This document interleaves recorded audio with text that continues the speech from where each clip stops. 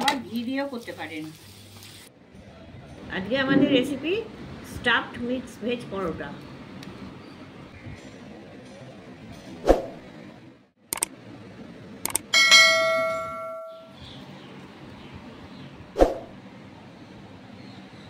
Mix veg পরোটা করার জন্য এখানে নিয়েছি মিহি করে কুচনো ক্যাপসিকাম, গাজর, পেঁয়াজ, টমেটো, কাঁচা লঙ্কা, এগুলো মিহি করে কুচনো, আর আছে গ্রেট করা পনির আর গ্রেট করা সিদ্ধ আলু।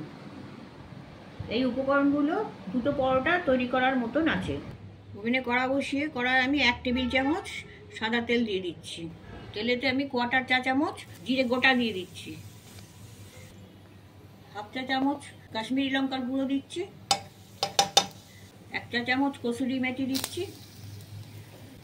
এগুলো একটু ফ্রাই করে নিচ্ছি। এবার আমি পেঁয়াজটা দিচ্ছি, গাজর দিয়ে দিচ্ছি, এগুলো একটু নাড়াচাড়া করে নিচ্ছি। সবজির মধ্যে এগুলো একটু শক্ত আছে, ওই জন্য এটা আমি প্রথমে দিলাম। এগুলো 30 সেকেন্ড মতো ভেজে নেব।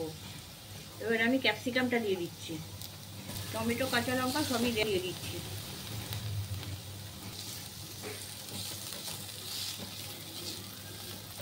এগুলোকে আরও 30 সেকেন্ড ভেজে নেব। ম্যাশ করা আলুটা দিচ্ছি, আর গ্রেট করা পনিরটাও দিয়ে দিচ্ছি। সামান্য একটু নুন দিয়ে দিচ্ছি, একটু বিট নুন দিয়ে দিচ্ছি, 1 চা চামচ আমচুর পাউডার দিয়ে দিচ্ছি। এটা একটু টক মিষ্টি খেতে হবে, তাই জন্য আমচুর পাউডারটা দেওয়া হলো। 1 চা চামচ চিনি দিচ্ছি, 1/4 চা চামচ গরম মশলার গুঁড়ো দিচ্ছি। এবার এগুলো সব একসাথে মিক্স করে দিচ্ছি। ওভেনের আঁচটা এই সময় একদম লোয়ে রাখবেন, তা না হলে এগুলো পুরো নষ্ট হয়ে যেতে পারে। একদম লো ফ্লেমে এটাকে করতে হবে। সবজিগুলো নরম হয়ে গেছে, যে জলটা ছিল সবই শুকনো হয়ে গেছে, তেল বেরোচ্ছে এবার সবজিগুলো দিয়ে।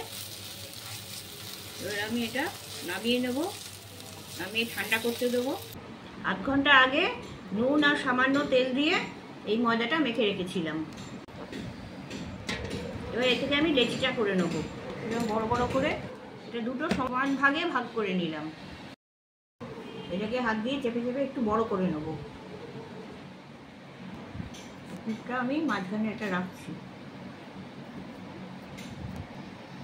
চারপাশ থেকে এটা তুলে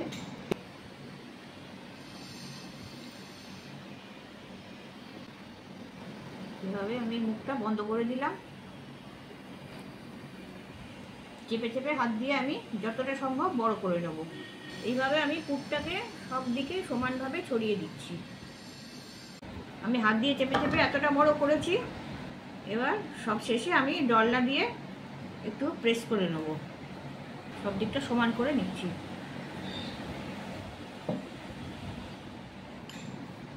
আমাদের দুটো পরোটাই তৈরি করা হয়ে গেছে। এবার আমরা এটাকে ফ্রাই করে নেব। প্যান গরম হয়ে গেছে, আমি পরোটাটা দিয়ে দিচ্ছি। আমি পরোটাটা দিয়ে একটু সেঁকে নেব আগে। এটা সেঁকে নিলে ফ্রাইটা ভালো হবে। এটা অনেক বড় পরোটা, এটা ভেতরটা কাঁচা থাকবে না। এটা হয়ে গেছে, এবার আমি তেল দিয়ে এটাকে ভেজে নেব।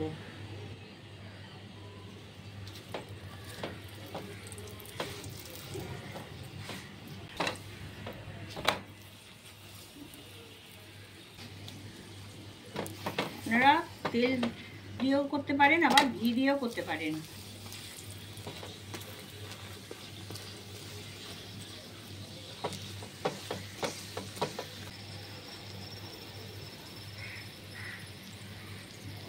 পরোটাটা ভাজা হয়ে গেছে, এবার এটা আমি তুলে নিচ্ছি।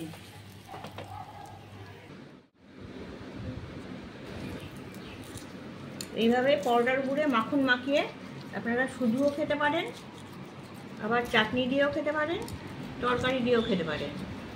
যাভাবে খাবেন সবভাবেই ভালো লাগবে।